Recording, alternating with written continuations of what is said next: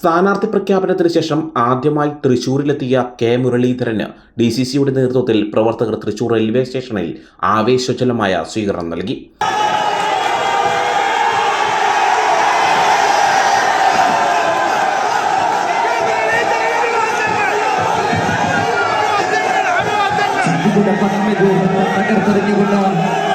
മതേതര ഭാരതത്തിന്റെ പ്രതീക്ഷയെ കാക്കാൻ കോൺഗ്രസിന്റെ വത്സരായുധം കെ മുരളീധരനില സാംസ്കാരിക നഗരത്തിന്റെ പെരുമയാൽ തൃശൂരിന്റെ ഹൃദയ ഭൂമികയിലേക്ക് കടന്നുകൊണ്ടിരിക്കുകയാണ്.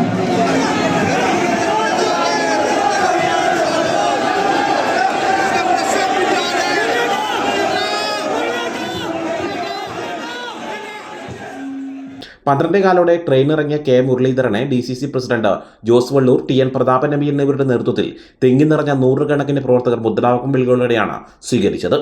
തുടർന്ന് റെയിൽവേ സ്റ്റേഷന് പുറത്ത് സജ്ജമാക്കിയ തുറന്ന വാഹനത്തിൽ വാദ്യമേളങ്ങളുടെ അകമ്പടിയോടെ നിരവധി പ്രവർത്തകർ പങ്കെടുത്ത റോഡ് ഷോയും നടന്നു. TN Prathapan MP, Jose Vallur, MP Vincent എന്നിവരും കെ മുരളീധരനോടൊപ്പം വാഹനത്തിലുണ്ടായിരുന്നു. അതേസമയം TN പ്രതാപന്റെ ഫേസ്ബുക്ക് പോസ്റ്റും ഏറെ ചർച്ചയാകുന്നുണ്ട്. ഞാൻ പണ്ടേ പറഞ്ഞതാണ്, തൃശൂരിന്റെ ഈ മണ്ണ് ഒരു വർഗീയവാദിക്കും കൊടുക്കില്ല എന്ന്.